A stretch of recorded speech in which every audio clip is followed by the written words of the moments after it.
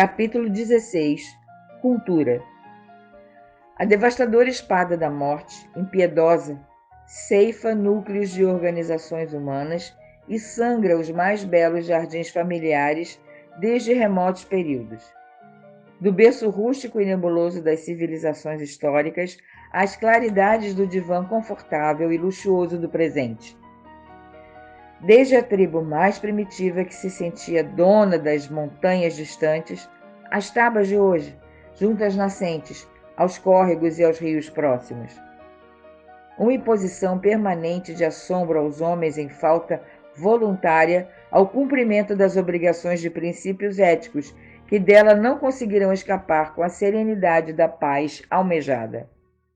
Se os sublimes sacrifícios do esforço, a renúncia e autoimolação não forem suficientes na semeadura da confiança e da esperança, sigamos em frente, confiante no provérbio árabe, onde a existência dos três poderes ocultos de que não escaparemos.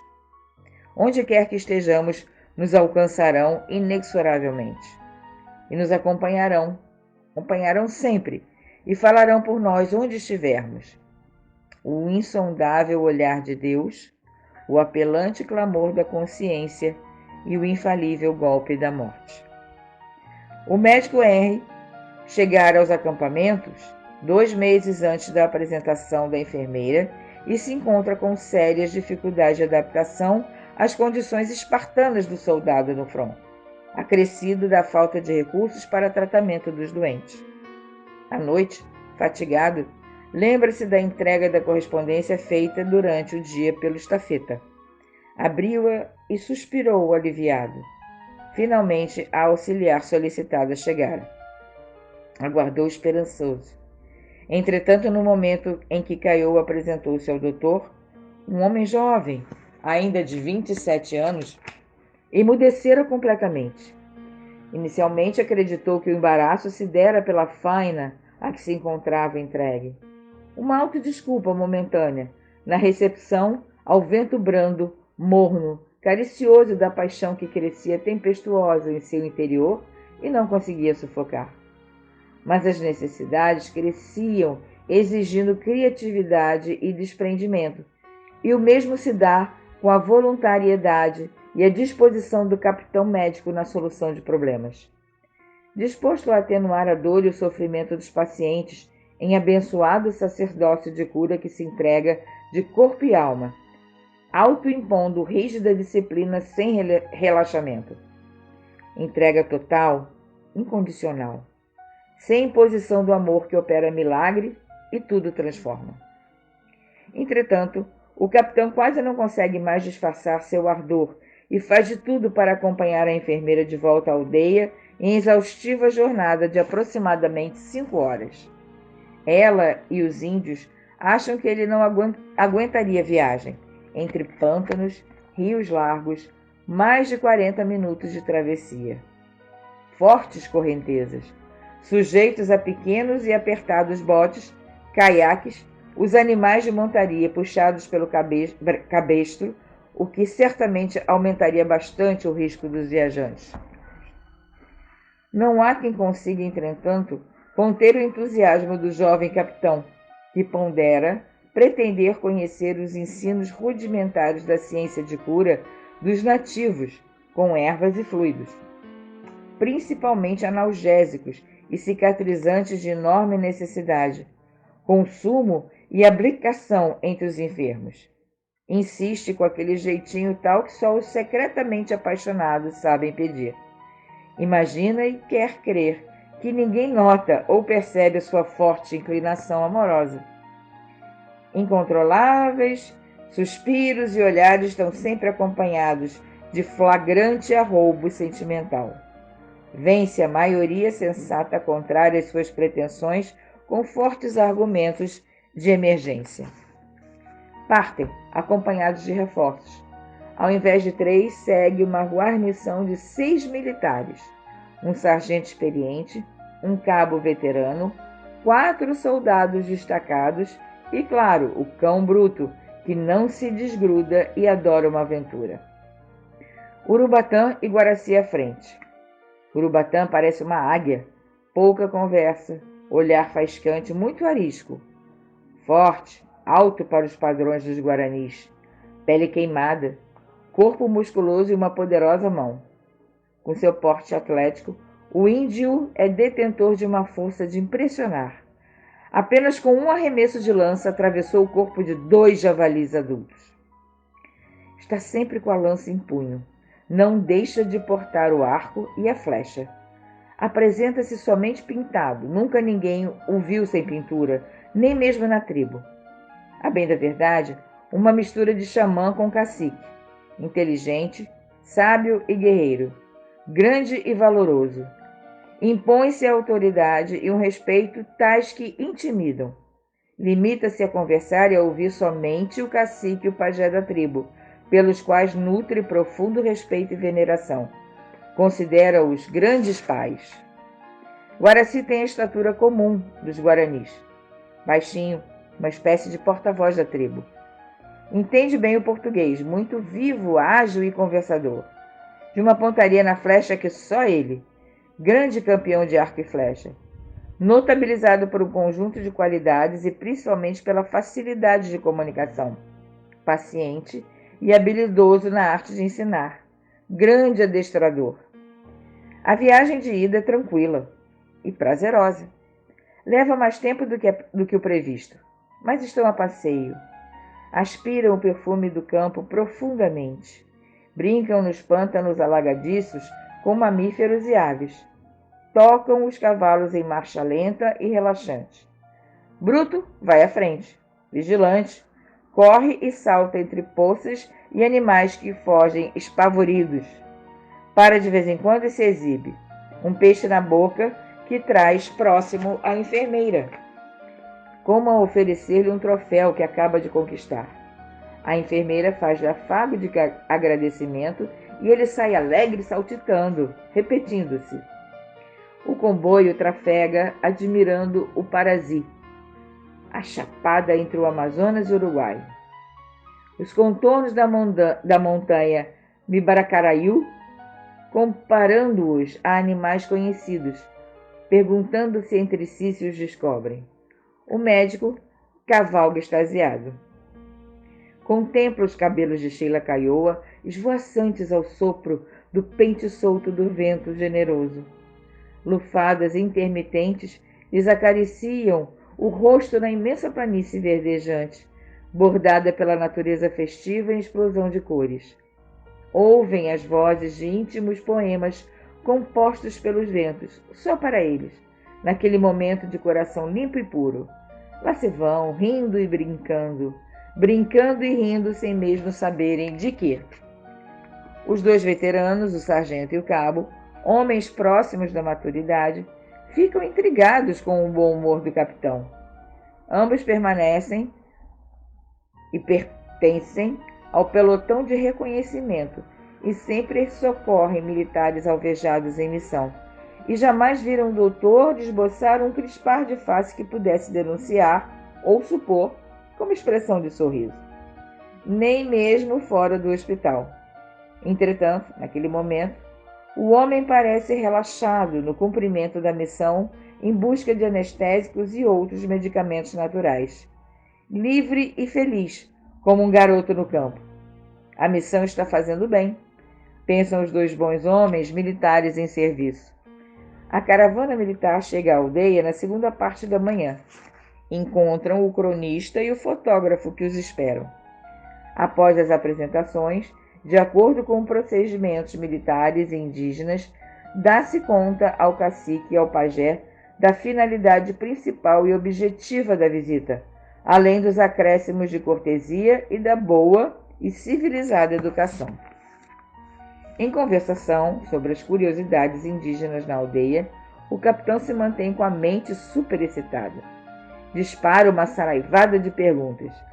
Embora simples, Caioa, atenciosa, precisa ordenar para atendê-lo e informá-lo de pronto. A dança com a batida do pé forte no chão, firme, fala da necessidade de se manter a conservação da tradição e das lendas. Ensinamentos que mantêm vivo o espírito da criação no seio do índio.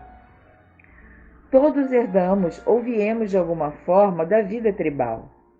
Nascem homens com o poder de cura e a energia ou a força do curador para essa finalidade.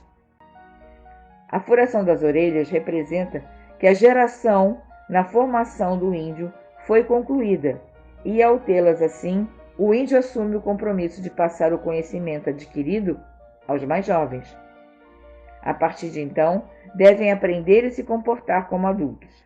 Aprender a entender o verdadeiro conhecimento do que lhes é ministrado.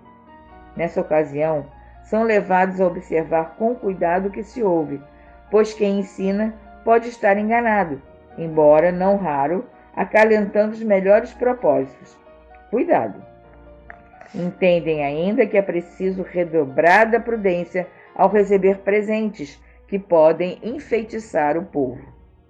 As penas nos instrumentos representam o peixe, importante e imprescindível proteína na alimentação do índio. A borduna, o arco e a flecha são instrumentos dos índios para caça, pesca e defesa pessoal. Tudo que os índios precisam para viver aqui. Mas a verdadeira caça que alimenta o espírito é o sonho, base sólida de nossas tradições. Ela faz uma pausa e olha para o capitão hipnotizado. O jovem oficial apresenta-se como se estivesse voltando de algum paraíso desconhecido. Ele aproveita e dispara outra série de perguntas. Está maravilhado com as respostas. Embora simples, considerava-as intrigantes. Imediatamente atendido com a mesma boa vontade e paciência. A decisão do casamento cabe aos pais, com a colocação e retirada de colares. A cerimônia encerra-se com a retirada desses ornamentos, indo o marido viver na casa da noiva. A pintura no corpo com carvão e urucum, principalmente nos olhos, é utilizada para reduzir o brilho. Não apenas para isso, mas para mantê-los esteticamente mais atraentes e mais bonitos. Na estação da seca, na lua cheia, escolhe-se o melhor lugar com a segurança do vento e dos índios mais experientes para se colocar fogo no capim, espantar os bichos e encurralar a caça, juntar e carregar as folhas de buriti para tecer cestos com as crianças que se alegram por descobrir o tempo da liberdade, quando vem brotar o capim novo e o cipó. Na relação de interação com a natureza, no terreno da caça, é incutida no índio a consciência de que, mantendo por elas o devido respeito, abatendo estritamente o necessário, nada jamais lhe faltará. Os pontos cardeais que ele admirou representam o mundo que Deus criou. O fogo é obtido com mais facilidade quando sua resina é extraída daquela árvore. Aponta a palmeira, da qual a seiva é retirada e envolvida no cipó Genus philadenus, que arde com facilidade e muito rapidamente. Sheila continua respondendo às perguntas do capitão. Sexo. O quê? Sexo? Sexo. Ao confirmar a pergunta, a Guarani para, olha o capitão e prossegue sem temor. O assunto é evitado nas sociedades civilizadas do momento, mas faz parte do equilíbrio geral entre os seres da criação. Sabe-se hoje muito pouco ou quase nada a respeito da vida humana na Terra. Mas eles, os Guaranis, acreditam que a vida já existia por aqui, nessa região do continente, há uns 10.000 anos, e eram nômades nossos ancestrais. As estrelas fulgurantes no firmamento são fogueiras que os antepassados acenderam no céu para iluminá-los no presente, mantendo-os orientados sem se desviar do rumo. Dr. R.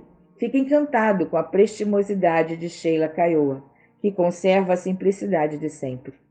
Oferece-lhe prontas respostas à curiosidade de homem urbano interessado na funcionalidade das coisas simples. Na noite seguinte, o oficial, mais familiarizado com o ambiente, acompanhado da enfermeira, do cronista e do fotógrafo, recebe aula de agricultura, economia, geografia, sociologia, conhecimentos gerais e, sobretudo, tática e estratégia de guerra ministradas pelo cacique Tekeoa, ao ar livre, perto de pequena fogueira ardendo em labaredas crepitantes. Profundamente concentrado na exposição do anfitrião e abismado com os conhecimentos do homem considerado selvagem, o capitão é informado pelo cacique. A aldeia cedeu 546 bravos guerreiros ao serviço da guerra, desde o início dos conflitos. Contabilizamos aqui na aldeia dos Kaiowás, até o momento, a baixa de 229 índios, todos listados como voluntários. Entregaram-se espontaneamente ao exército em defesa do solo e da pátria, antes de serem alcançados pelo fogo inimigo e abatidos em combate. Contam-se entre mortos 2 sobrinhos e o filho caçula, que partiu para a guerra a contragosto. O excesso de confiança e o destemor o levaram à morte. Guerreiro hábil na montaria em pelo e no manejo da lança. Com a destra, segurava na crina do cavalo, passando a perna por cima do lombo do animal, e a outra manejava a lança com firmeza e grande precisão até o alvo. Essa tática, explica o cacique, num combate entre os índios com as mesmas armas de pequeno alcance, oferece os resultados de acordo com a habilidade do guerreiro, e é difícil vencê-lo. Mas contra canhão, a bola de fogo é rápida e muito grande. O cacique faz pausa, o rosto com os lábios cerrados, embicados para a frente. Dá a impressão que vai deixá-los cair sobre o peito largo e estufado, de valente e intrépido. Com o ar de quem desperta depois de participar de grande aventura, o capitão repete as perguntas. Uma saraivada, ao mesmo tempo em que, ávido de conhecimento, mais confiante se torna no ambiente amistoso. Sonhava o guerreiro em sua bravura conquistar o posto de cacique? Afinal, como o guerreiro se torna cacique na aldeia? É por tradição familiar? Denodo? Recebe outra paciente aula de um líder realmente preparado para o exercício de sua função. Conclui o valoroso indígena. A coragem é componente indispensável para o guerreiro se tornar cacique, mas são imprescindíveis a liderança, o equilíbrio, senso de justiça, moderação nas ambições de conquista e, principalmente, comedimento no desejo de expansão territorial, aquisições materiais, como animais e ferramentas.